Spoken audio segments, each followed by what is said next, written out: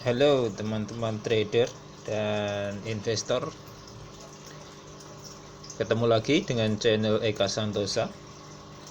Kali ini saya mau membahas saham yang lagi jadi trending akhir-akhir ini, yaitu saham Telkomsel. Saham ini turun terus dari 4.400 tertinggi di 2019 sampai sekarang turun di 2.680 kemarin ditutup terakhir. Kita akan lihat gimana sih sebenarnya saham ini secara fundamental. Apakah fundamental saham ini benar-benar mempengaruhi kinerja kinerja harga saham di market, atau memang benar kata orang yang bilang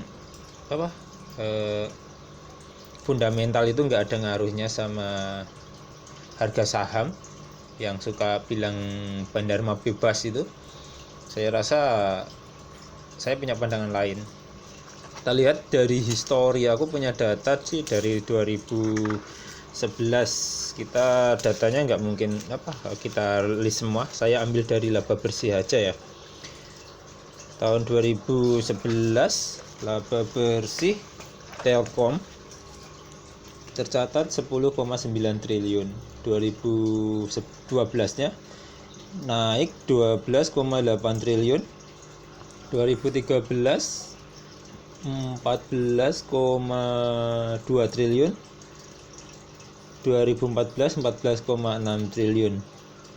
4 tahun berturut-turut harga laba bersih Telkom naik terus, dan boleh dikatakan konsisten naik di tahun itu. Secara chart harga saham waktu itu boleh dibilang juga naik terus. Mungkin teman-teman bisa lihat di historinya di investing.com atau di Yahoo Finance, itu tercatat lengkap histori harganya. Terus 2015 saham Telkom juga naik lagi laba bersih yang dihasilkan, yaitu dari 14,6 triliun 2014 jadi 15,4 triliun di tahun 2015.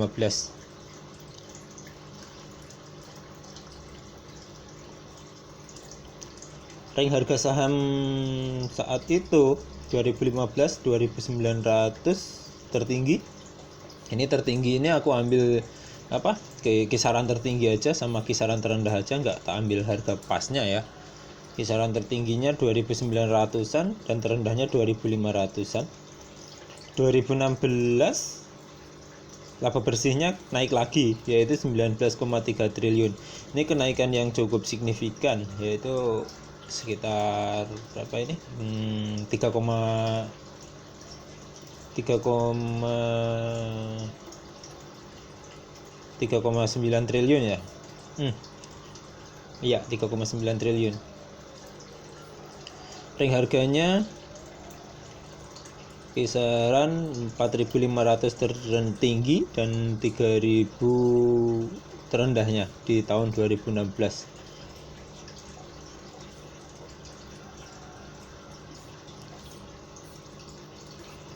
Next, tahun 2017 ini laba Telkom naik luar biasa, yaitu 22,1 triliun. Ini dalam sejarah laba bersih yang dicetak Telkom tertinggi. Ya, rank harga sahamnya 4.800-an tertinggi sama 3.700-an terendah. 2018 laba bersihnya turunnya cukup jauh ini. Turunnya ya sekitaran 3, sekian triliun. 18,3 triliun ini tercatat harga tertingginya 4.000 terendahnya 3.100. Di 2019 18,6 triliun, memang naik sih tapi tipis. Harga ring tertingginya 4.400 hingga terendahnya 3.500. Lalu bagaimana dengan 2020? Semester pertama 2020 Telkom mencatatkan laba 10,9 triliun, ring harganya 3.500 hingga terendahnya 2.500 saat ini. Secara total gimana ya untuk prediksinya? Kalau menurut saya sih semoga saham Telkom kinerjanya bisa bagus, karena kalau kita lihat rata-ratanya aja misal dihitung secara rata-rata saat ini harusnya momentum PSBB ini harusnya penjualan Telkom bisa naik di kuartal ketiga ini. Semoga bisa lebih bagus ya laporan keuangannya. Masih ada kuartal ketiga dan kuartal keempat. Lalu kalau dibandingkan dengan harga saham saat ini gimana ya? Saya punya pandangan harga saham saat ini sih ya boleh dibilang cukup murah. Telkom menguasai market cukup besar dengan data terakhir pelanggan sebanyak 160,7 juta pelanggan di tahun 2020 ini. Itu sangat besar dibandingkan dengan saingan-saingan lain. Tapi memang sih itu ada penurunan sekitar 1,5% tahun 2020 ini. Pelanggan Telkom pindah ke operator lain. Totalnya kalau di total sekitar 2,49 juta pelanggan pindah ke operator lain. Tapi untuk kinerja saya rasa juga nggak bakalan turun signifikan. Ya harga segitu memang kalau dibandingkan dengan tahun 2016 yang mencetak laba bersih sekitar 19,3 triliun. 2020 ini semester pertama sudah mencetak 10,9 triliun. Misalkan kita asumsikan rata-rata nanti kuartal ke-3 sama kuartal ke-4 laba bersih yang dicetak sama, berarti harga saat ini boleh dibilang sudah diskon.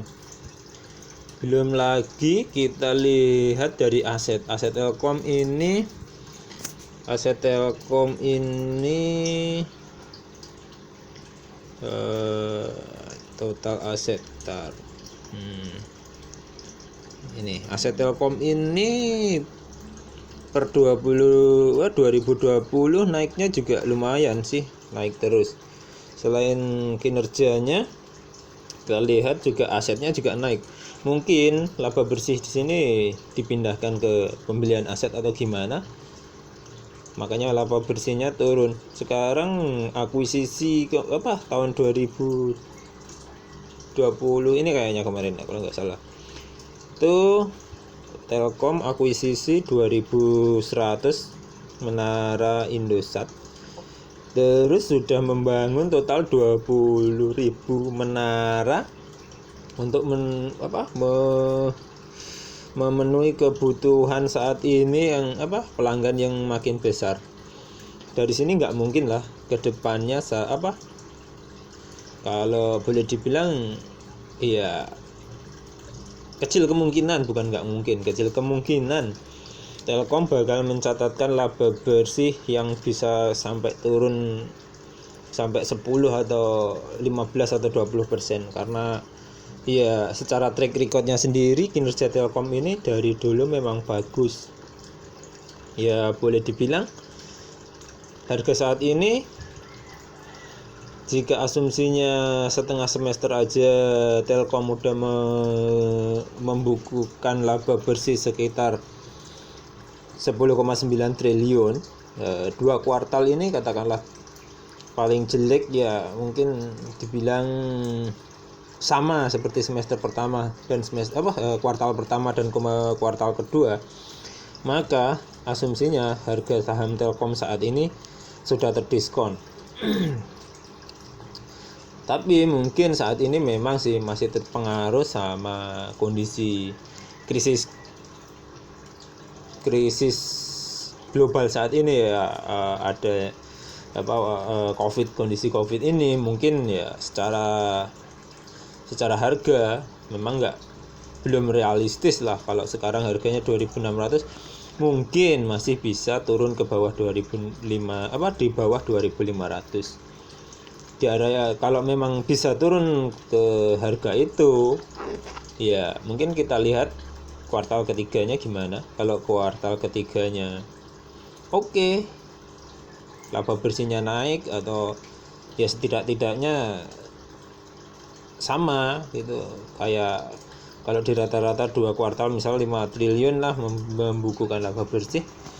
Mungkin memang saat ini harga Telkom 2.680 per hari Jumat kemarin itu sudah merupakan diskon yang cukup besar jika dibandingkan dengan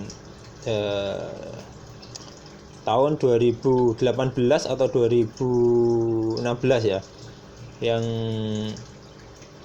harga sahamnya masih di 4.000 tertinggi sama kisaran terendahnya 3.100. Ring harga Telkom saat ini boleh dibilang ya 3.500 sama 2.500 ini ya diskon. Saya mengambil kesimpulan diskon.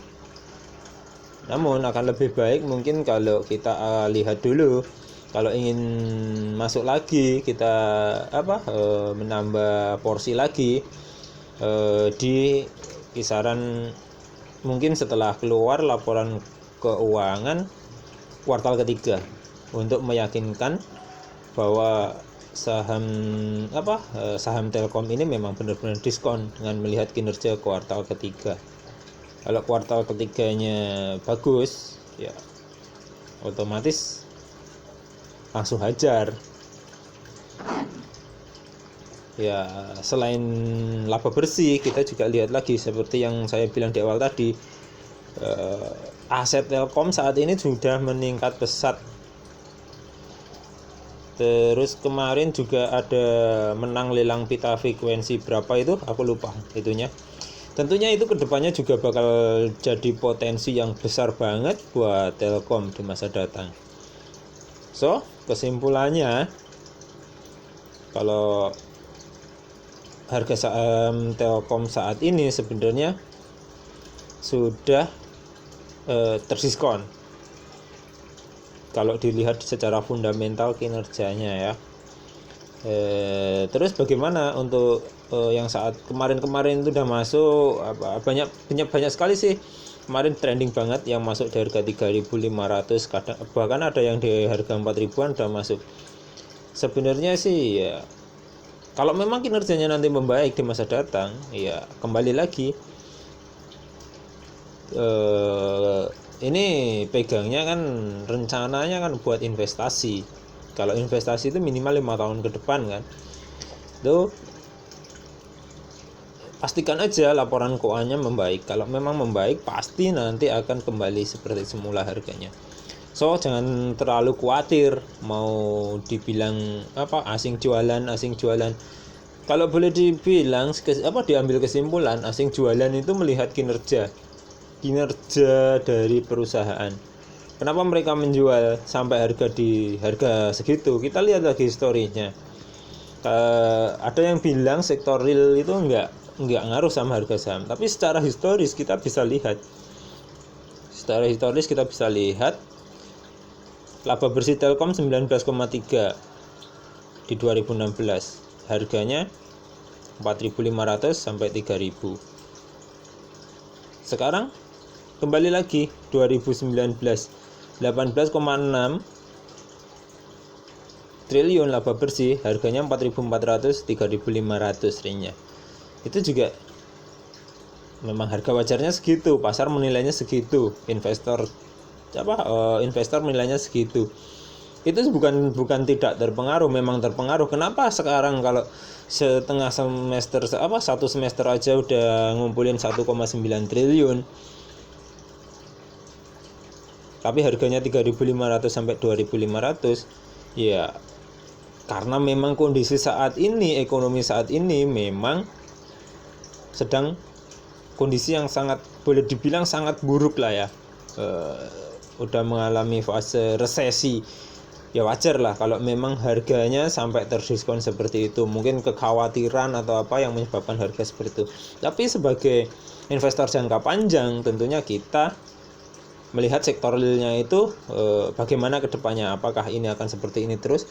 Saya rasa tidak. Pasti akan ada perbaikan di masa datang. So, yang mau beli Telkom untuk investasi jangka panjang, silahkan. Yang untuk jangka panjang ini memang boleh dikatakan sudah diskon yang lumayan besar. Itu menurut pendapat pribadi saya. Yang kalau mau average mungkin ya tunggu dulu laporan keuangan kuartal ketiga muncul atau rilis. Oke, terima kasih. Saya rasa itu yang bisa saya ulas di sini. Mungkin kalau teman-teman investor atau trader mau bertanya atau gimana, bisa di komen atau nanti akan saya jawab di komentar juga, atau mungkin saya bikinkan video selanjutnya. Salam profit, sehat selalu. Terima kasih.